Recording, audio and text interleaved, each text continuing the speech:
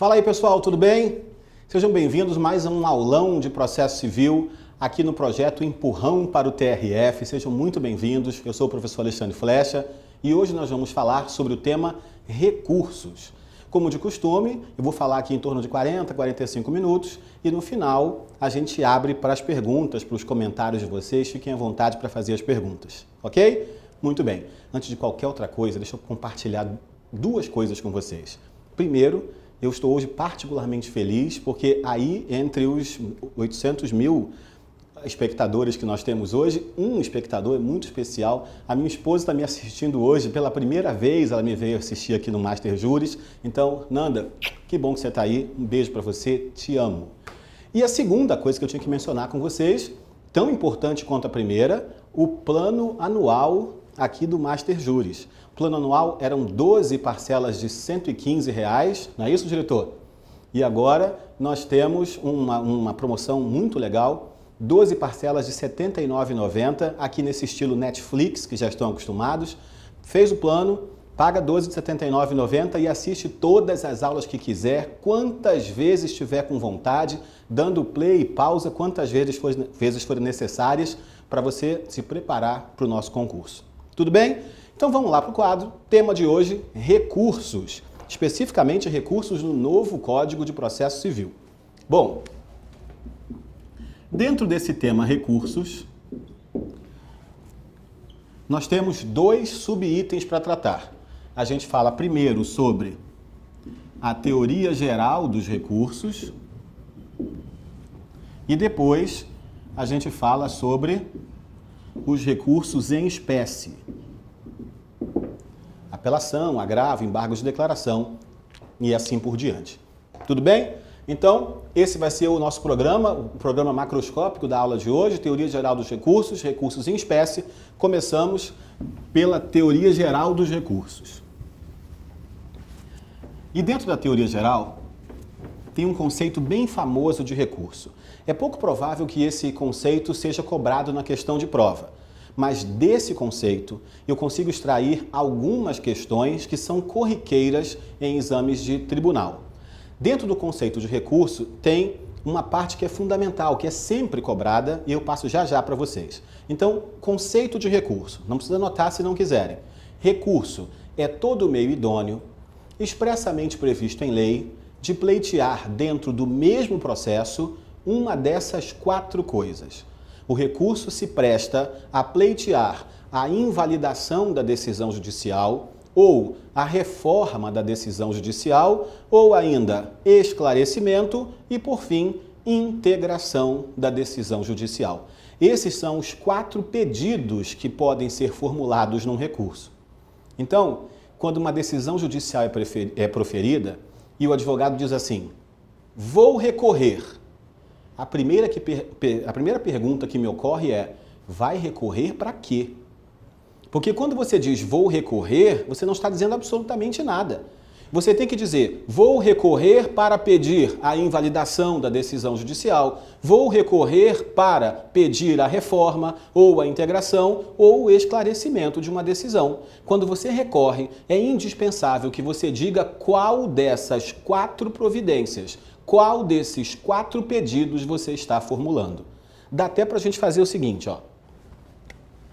São pedidos no recurso. Invalidação, que é sinônimo de anulação,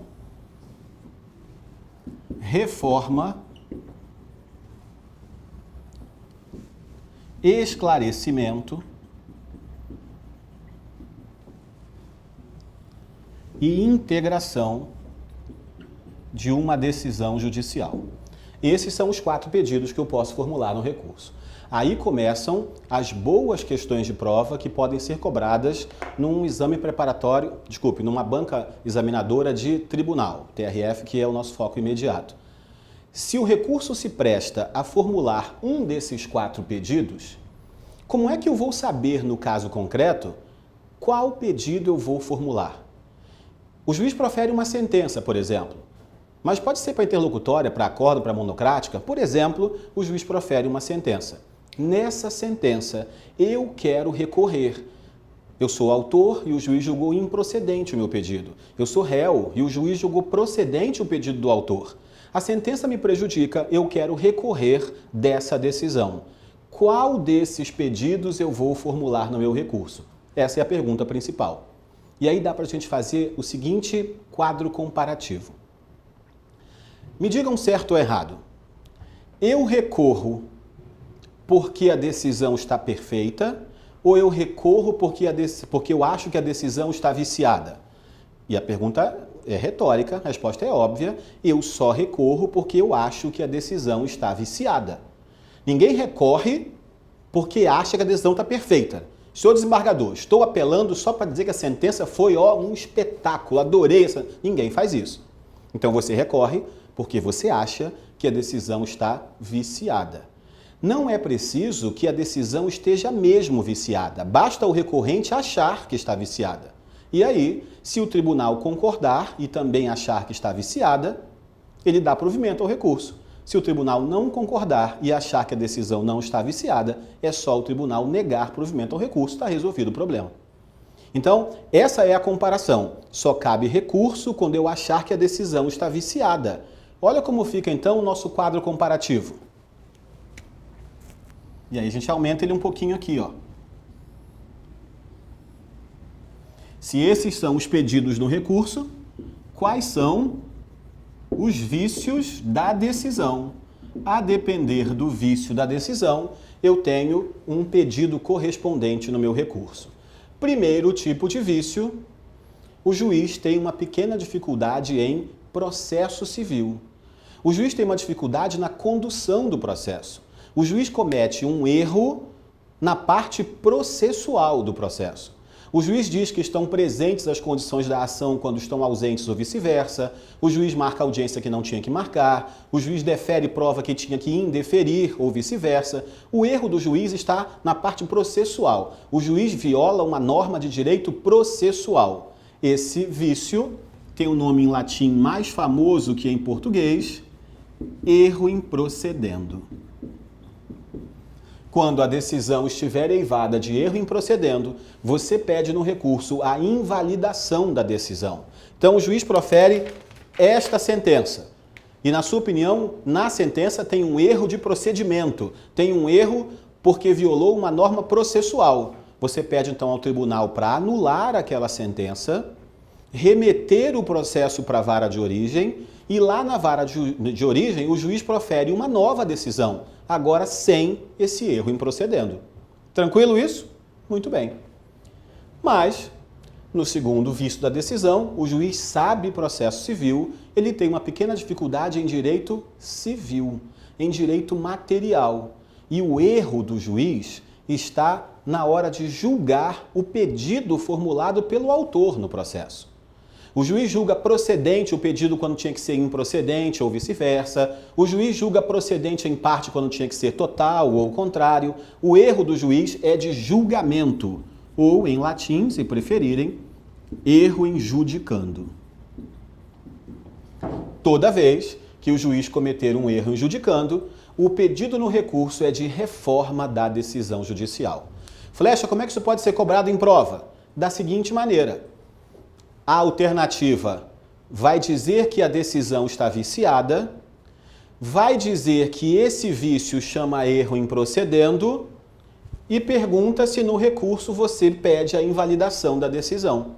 Ficaria mais ou menos assim.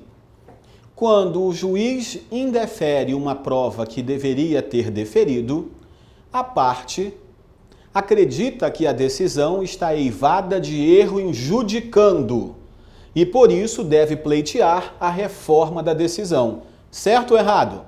Errado, porque um vício processual chama-se erro in procedendo e eu peço a invalidação.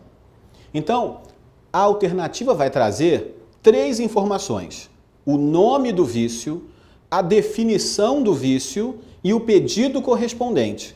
Se não forem os 3 exatamente correspondentes, a alternativa está errada. Eu preciso dizer, o juiz cometeu um erro na parte processual, portanto chama-se erro in procedendo e no recurso eu peço a invalidação da decisão judicial. Tranquilo? Conseguimos então entender por aliás, como isso pode ser cobrado numa questão de prova, querendo confundir o candidato com relação ao tipo de vício, ao nome do vício e ao pedido correspondente. Tranquilo isso? Muito bem. Terceiro tipo de vício. O juiz sabe processo civil, não comete erro em procedendo. O juiz sabe direito material e não comete erro em judicando, mas a dificuldade do juiz é de português. E eu não consigo entender qual foi a intenção do juiz. Eu não consigo entender o que o juiz quis dizer com aquela decisão. A decisão não é clara. A decisão contém obscuridade. Obscuridade significa falta de clareza. Ou a decisão é contraditória. Ou seja, tem uma parte da decisão que é contrária, contraditória, a uma outra parte da decisão. Se a decisão é obscura, porque falta clareza, ou se a decisão é contraditória, eu recorro e no meu recurso eu não peço para anular a decisão. No meu recurso eu não peço outra decisão. Reformar é me dar outra decisão. No meu recurso, eu peço apenas um esclarecimento. Ou seja, eu não quero outra decisão, eu quero a mesma decisão, só que com outras palavras, porque com as primeiras eu não consegui entender. Último tipo de vício, a decisão contém uma omissão. O juiz deixa de apreciar algum argumento da parte ou deixa de apreciar algum pedido formulado pela parte. E aí, em caso de omissão, eu peço a integração da decisão judicial. Tudo bem? Então, deixa eu sair um minutinho aqui. Fica para vocês no quadro. Quem quiser printar a tela, não deu tempo de anotar. Esses são os vícios que a decisão pode conter, e eu dei as definições para vocês, e também os pedidos que podem ser formulados no recurso. A partir daí, a gente não vai mais escorregar em nenhuma pegadinha de prova que trouxer essas três informações: nome do vício, definição do vício e pedido correspondente no recurso. Combinado? Beleza, então volto aqui para a tela. Desse conceito de recurso, a gente extrai os vícios e os pedidos. Prosseguimos então na teoria geral dos recursos. Efeitos dos recursos. E dentro dos efeitos tem uma parte que é uma excelente questão de prova, porque foi alterada recentemente pelo novo CPC. Quais são os principais efeitos dos recursos? Eu sei que vocês pensaram automaticamente em efeito devolutivo e efeito suspensivo. Deixa esses para o final. O primeiro efeito de todo e qualquer recurso é impedir o trânsito em julgado. Esse é o primeiro efeito de qualquer recurso. Qualquer recurso, não tem nenhuma exceção. Todos os recursos, uma vez interpostos, impedem a ocorrência do trânsito em julgado. Algumas questões de prova falam em efeito impeditivo. Se vier efeito impeditivo, saibam que é o efeito de impedir a formação da coisa julgada ou o efeito de impedir a ocorrência do trânsito em julgado. Todos os recursos têm esse efeito, sem nenhuma exceção. Segundo efeito, efeito regressivo. Efeito regressivo significa, aliás, um macete para a gente nunca mais esquecer isso.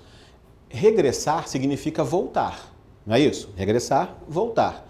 Então, o efeito regressivo é aquele que permite ao juiz voltar atrás na sua decisão. Que é uma frase em português péssima, né? Porque ninguém volta para frente. Voltar atrás é redundância, mas serve de gatilho de memória. Efeito regressivo é aquele que permite ao juiz voltar atrás na sua decisão. Efeito regressivo, portanto, é aquele que permite ao magistrado exercer juízo de retratação. É o efeito que permite ao juiz exercer juízo de retratação. Qual seria uma excelente pegadinha de prova com relação ao efeito regressivo? Então, daqui a pouco vai ter aqui o 3 e o 4, tá? Mas por hora vamos ficar no regressivo. Efeito regressivo permite ao juiz exercer juízo de retratação. Aí a pegadinha de prova é: quais recursos têm efeito regressivo? Quais são os recursos que, por definição, por natureza, têm efeito regressivo? O mais famoso deles, sem a menor dúvida, o agravo. Tanto o agravo de instrumento quanto o agravo retido permitem juízo de retratação. Ok? Beleza. RESP também tem juízo de retratação. RE também tem juízo de retratação. Estão no artigo 1030, inciso 2 do CPC. Ok. Isso é regra. Agravos, instrumento e retido.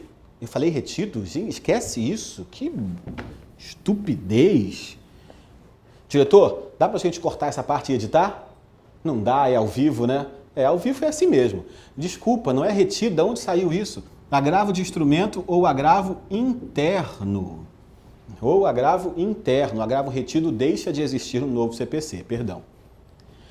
Isso tudo é regra. Agravo de instrumento, agravo interno, RESP, RE, todos esses recursos têm efeito regressivo, em regra. Pode ser que a banca te pergunte isso, mas é até pouco provável que isso aconteça. A pegadinha de prova está aqui, ó. Quais recursos têm esse efeito regressivo? E aí a pergunta é: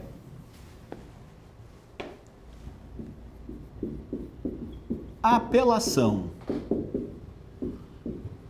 tem efeito regressivo? A resposta é não. Em regra, a apelação não tem efeito regressivo. Não tem. E por que isso é boa pegadinha de prova? Porque existem exceções. Existem hipóteses em que a apelação, excepcionalmente, tem efeito regressivo. Flecha, quantas são essas exceções? Bom, que bom que são poucas, né? 12. Existem 12 hipóteses, 12 exceções a essa apelação não ter efeito regressivo. Em 12 casos, a apelação vai ter efeito regressivo. Em 12 casos, o juiz pode, ao ver a apelação da parte, se retratar da sua sentença. Que hipóteses são essas? Primeira, apelação contra a sentença que indefere a petição inicial. Apelação contra a sentença que indefere a petição inicial admite retratação em 5 dias. Abram aí o código de vocês. Apelação contra essa sentença admite retratação. Abram aí artigo 330 do novo CPC. Se eu achasse, seria um espetáculo. 330. A petição inicial será indeferida. Quando, e aí vem as hipóteses de indeferimento da petição inicial. Falamos disso na aula anterior, no empurrão para o TRF de conhecimento que eu fiz no ano passado com vocês. Ok? Beleza. Essas são as hipóteses de indeferimento. Aí vem o 331 e diz assim: indeferida a petição inicial, o autor poderá apelar, facultado ao juiz, no prazo de 5 dias, retratar-se. Então, se indefere a petição inicial, 331, 5 dias para retratação. Primeira exceção, excelente pegadinha de prova. Segunda exceção, apelação contra a sentença que julga liminarmente improcedente o pedido. Artigo 332. Essa também admite retratação em 5 dias. O que é esse julgamento liminar de improcedência? É aquela hipótese lá do artigo 332, em que o juiz profere sentença de total improcedência do pedido sem sequer ouvir o réu. Essa é a hipótese. Olha o artigo 332, parágrafo 3º. Interposta a apelação, o juiz poderá retratar-se em 5 dias. Então essa é a outra exceção. Terceira exceção. Diretor, pega aqui. Pega. Terceira exceção. Apelação no ECA, no Estatuto da Criança e do Adolescente, também admite retratação em 5 dias. Artigo 198 do ECA. Quem quiser anotar, o ECA é a Lei 8.069 de 90. Então essas são as 3 primeiras exceções. São 12, né? Ok. Essas são as 3 primeiras exceções. Pode apagar aqui? Vou sair um minutinho. Printa a tela. Fotografa aí a tela. Ok. Quais são as outras 9 hipóteses em que a apelação admite retratação?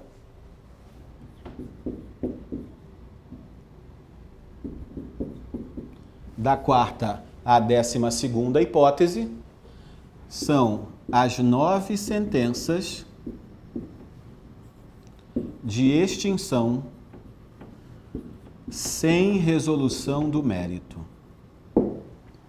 Quando o juiz proferir sentença de extinção do processo sem resolução do mérito, qualquer uma, e são 9, interposta a apelação, o juiz pode se retratar da sua sentença no prazo de 5 dias.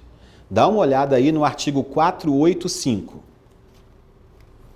O juiz não resolverá o mérito quando? E aí vem as 9 hipóteses de extinção sem resolução do mérito. Parágrafo 7º do 485. Interposta a apelação em qualquer dos casos de que tratam os incisos deste artigo, o juiz terá 5 dias para retratar-se. Então vejam, 9 hipóteses de sentença sem mérito e as outras 3 que a gente viu na tela anterior, são 12 casos em que a apelação permite ao juiz exercer juízo de retratação. Excelente pegadinha de prova, porque no código passado eram só as 3 primeiras. Isso aqui é novidade. Essas outras 9 hipóteses são criações do novo CPC e, portanto, uma excelente pegadinha de prova. Ok? Tomara que caia essa também. Bom, volta lá para os efeitos do recurso. Já falamos 2, impeditivo e regressivo. Terceiro efeito dos recursos, efeito devolutivo, que significa remeter a matéria objeto do recurso à apreciação de outro órgão do Poder Judiciário. Tranquila? Beleza? Ok. Todos os recursos têm efeito devolutivo? Todos os recursos permitem remeter a matéria à apreciação de outro órgão do Poder Judiciário? Não. Tem 2 exceções. Tem 2 casos em que o recurso não tem efeito devolutivo. Agora, o que isso significa? Se a regra é, o recurso tem efeito devolutivo, eu remeto a matéria objeto do recurso à apreciação de outro órgão do Poder Judiciário, isso significa que, se nesses 2 casos o recurso não tem efeito devolutivo, é porque nesses 2 casos o recurso será julgado pelo mesmo juiz que proferiu a decisão recorrida. Só 2 recursos permitem o mesmo juiz julgar o recurso. Embargos de declaração não têm efeito devolutivo, eles são julgados pelo mesmo juiz que proferiu a decisão embargada. E esse aqui eu vou escrever por extenso, tá? Embargos infringentes de alçada. Flecha, os embargos infringentes não foram extintos no novo CPC? Foram. Os do CPC velho não foram reproduzidos no CPC novo, mas embargos infringentes de alçada continuam existindo e estão previstos no artigo 34 da Lei de Execuções Fiscais, que é a Lei 6830 de 80. Lei 6830 de 80. Nesses casos, os embargos infringentes de alçada são julgados pelo mesmo juiz que proferiu a decisão recorrida.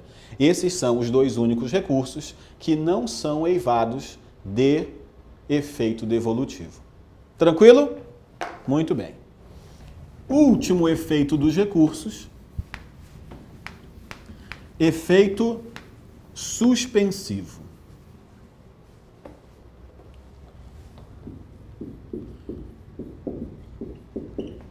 Efeito suspensivo significa que a decisão recorrida não vai produzir nenhum efeito enquanto o recurso não for julgado.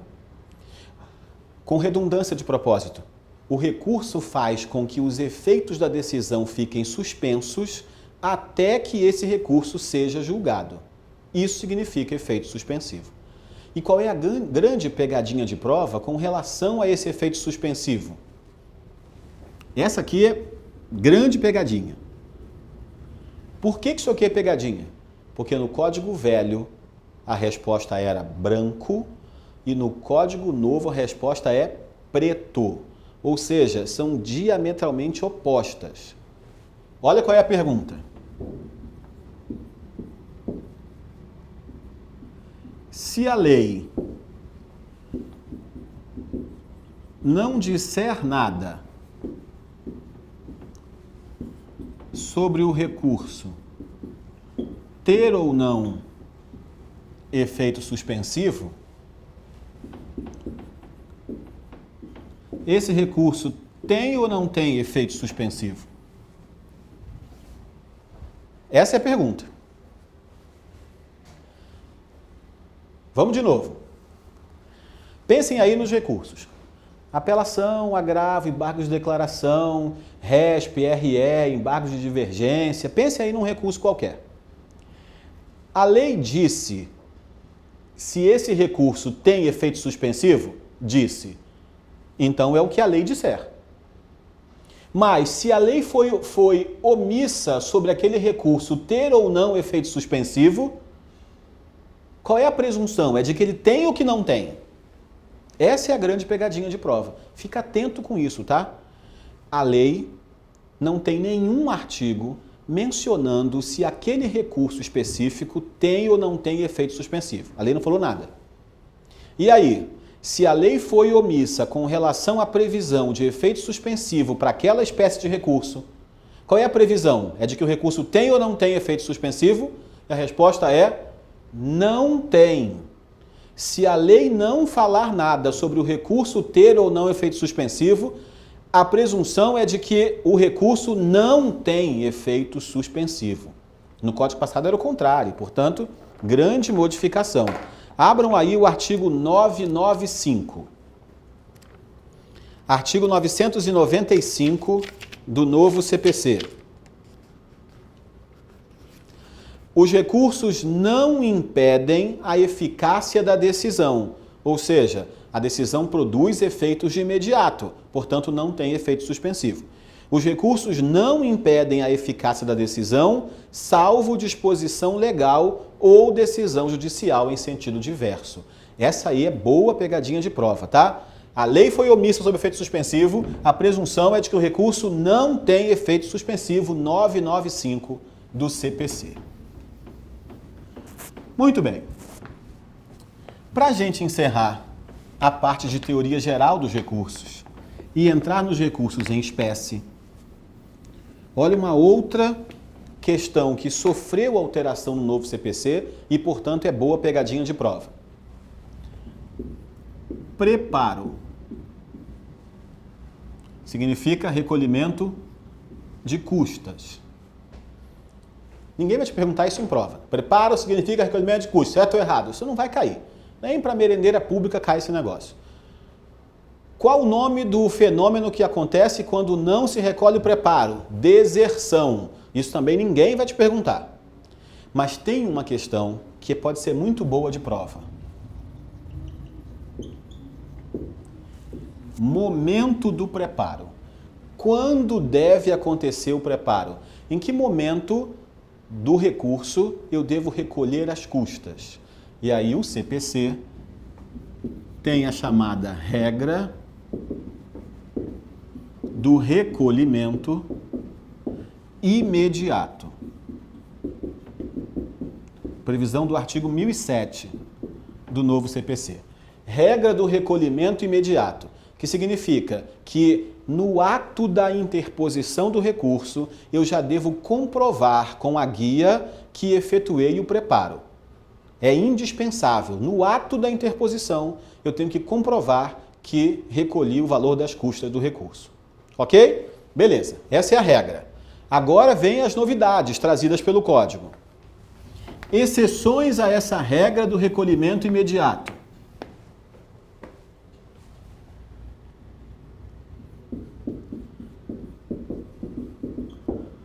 E exceção é danado para cair em prova, né? Então, primeira.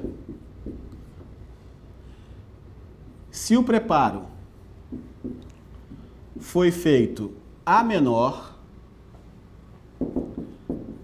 tenho 5 dias para complementar. Que é o 1007, parágrafo 2º. Se o preparo veio a menor, eu tenho 5 dias para complementar o preparo. Até aí está igual no Código Velho. No Código Velho também tinha essa exceção. Nenhuma novidade. Segunda. Se o preparo não veio, se o preparo não foi feito, aí eu tenho 5 dias para fazer. Isso é novidade. No Código Velho, se você recolhesse a menor, mas recolheu alguma coisa, podia complementar em 5 dias. No Código Novo, se você não recolheu, no Código Velho ainda, se não recolheu nada, era deserção direto. No Código Novo, se recolheu a menor, pode complementar em 5 dias. Mas, se recolheu 0, eu também tenho 5 dias para fazer. Mas aí tem uma condição, que se faça em dobro. 1007, parágrafo 4º. Essa aí é legal. Essa aí é bem legal. Essa aí é novidade. Se eu não recolhi nada, posso ainda efetuar o preparo em 5 dias. Mas aí tem uma sanção para isso, que se faça em dobro. Beleza? Ok. Então, só falta uma coisa. Quando eu começo a contar esse prazo de 5 dias? A partir de quando? Tanto a primeira quanto a segunda exceção tem prazo de 5 dias. Quando eu começo a contar esse prazo de 5 dias para complementar o preparo ou para fazer o preparo? Conta a partir da intimação, da decisão do juiz, determinando que se complementasse ou que se fizesse o recolhimento em dobro. Dali começa a contar o prazo de 5 dias. Ok? Bom, chega então de teoria geral dos recursos, vamos para recursos em espécie. Nos recursos em espécie, algumas boas modificações.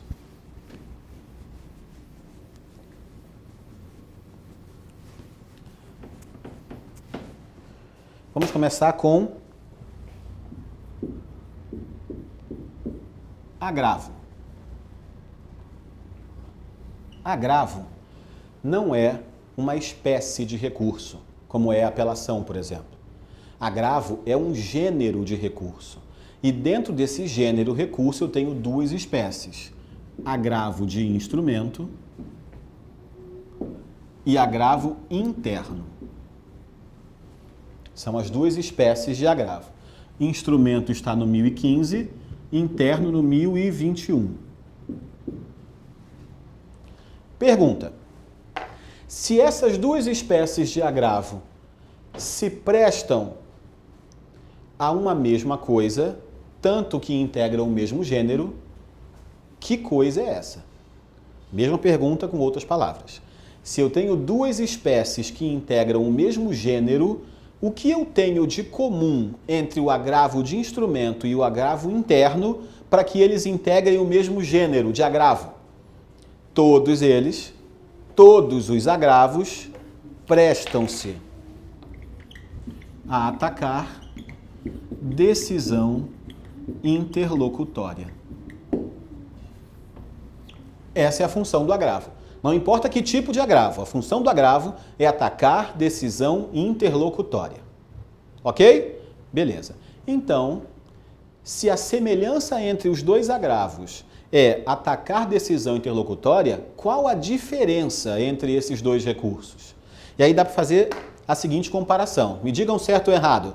Cabe agravo, gênero. Cabe agravo para impugnar decisão interlocutória, certo? Certo. Então, se cabe agravo para atacar decisão interlocutória, dependendo do tipo de interlocutória, eu tenho o tipo de agravo. Essa é a relação que se faz. Então, o agravo interno é para atacar decisão interlocutória da segunda instância, ou seja, no tribunal. E agravo de instrumento é para atacar decisão interlocutória da primeira instância. Tranquilo isso? Fácil, né? Tranquilo? Beleza. Só que tem mais coisa.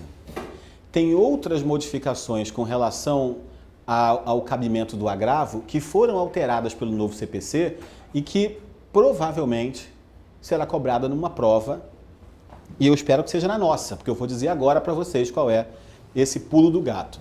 Vamos lá. Agravo é para atacar interlocutória, lato sensu. Agravo interno é para atacar interlocutória da segunda instância. Agravo de instrumento é para atacar interlocutória da primeira instância. Beleza? Tranquilo. Agora olha o grande detalhe. Anotem aí enquanto eu apago aqui. Agravo interno é para atacar.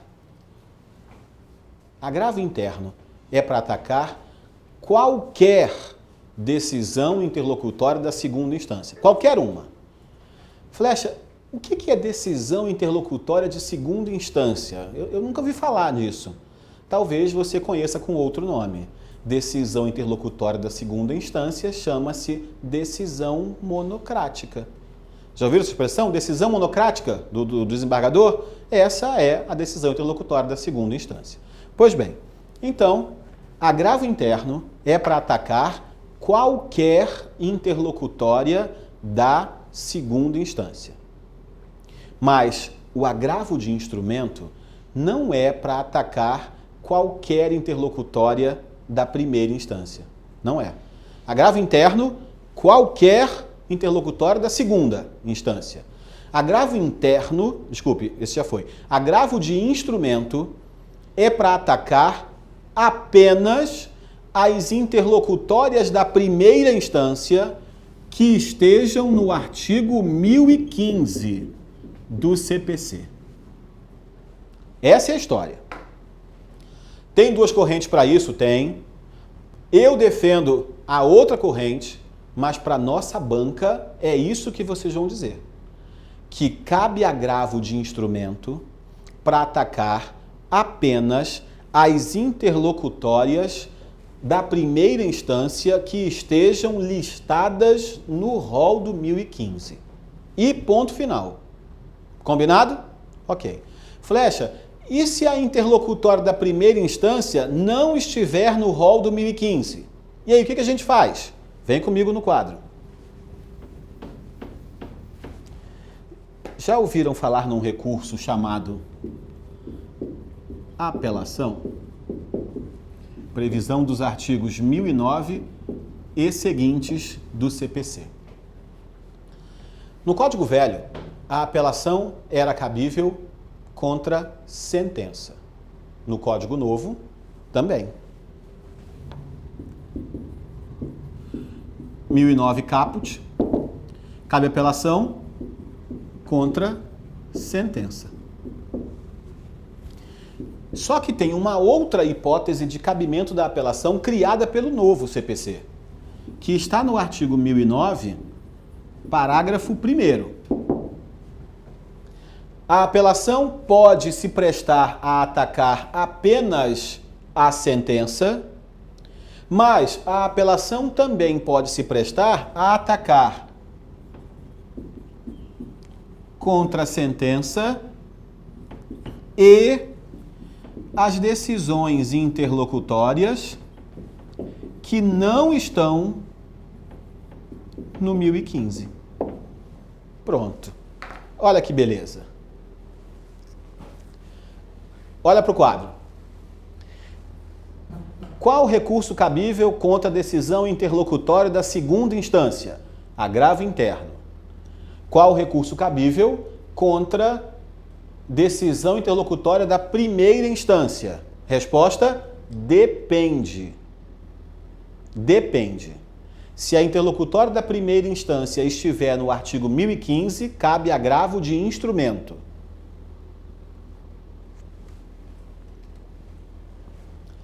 Se a interlocutória da primeira instância não estiver no 1015, cabe apelação. Olha para o quadro, artigo 1009, parágrafo 1º. Na hora que você apelar contra a sentença, você aproveita e ataca também aquela decisão interlocutória que você não pôde agravar no código anterior. Beleza? Ok. Com isso, a gente conseguiu fechar cabimento tanto da apelação, quanto do agravo de instrumento, quanto do agravo interno. Entendemos cabimento de todas. E o prazo desses recursos? Essa é a melhor parte. O código, o novo CPC, ele tentou uniformizar isso e quase conseguiu. O prazo do recurso é de 15 dias. Qual recurso? Todos. Todos os recursos têm prazo de 15 dias. É claro que tem exceção, né? Claro, se não fosse exceção não seria direito. Claro que tem exceção. Regra, recurso tem prazo de 15 dias. Quais são as exceções? Quais são os recursos que não têm prazo de 15 dias?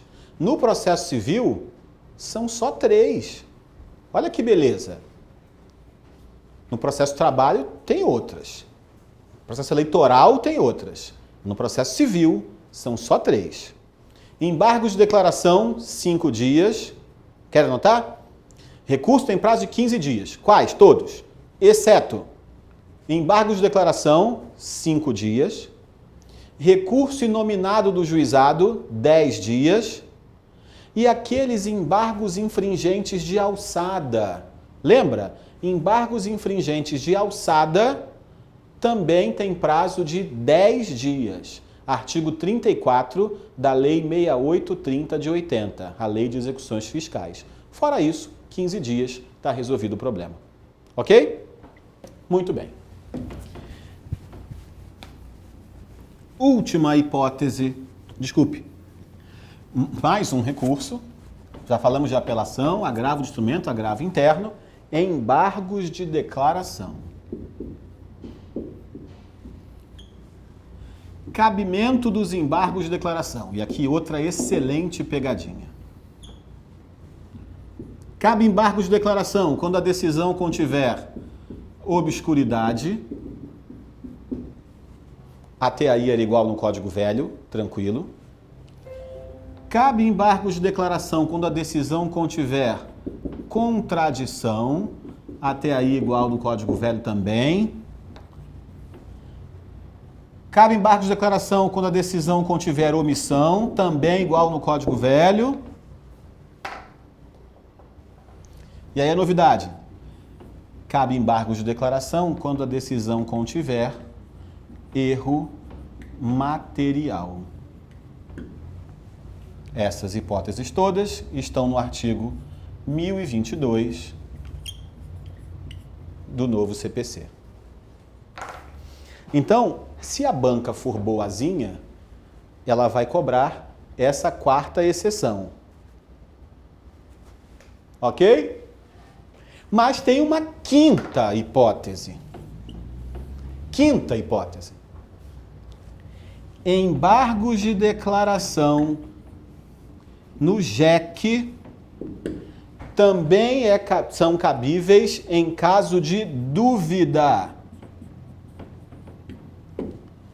em caso de dúvida, também são cabíveis embargos de declaração, mas só nos juizados especiais, tá? Não é qualquer lugar, não. Ok? Muito bem. Prazo do embargo de declaração, 5 dias. Fechado? Ok. Então, matamos cabimento e prazo dos principais recursos: apelação, agravo de instrumento, agravo interno e embargos de declaração. Ok? Me avisaram aqui que não tem perguntas, então vamos encerrando a nossa aula ao vivo de hoje. Eu não sei se eu volto nesse projeto Empurrão para o TRF, se eu voltar vou ficar muito feliz, mas se eu não voltar, boa prova para vocês, arrebentem lá na prova de março, manda ver e tomem posse o quanto antes, isso faz muito bem. Nunca tomei posse, mas me dizem que faz muito bem, ok? Tchau, tchau, gente!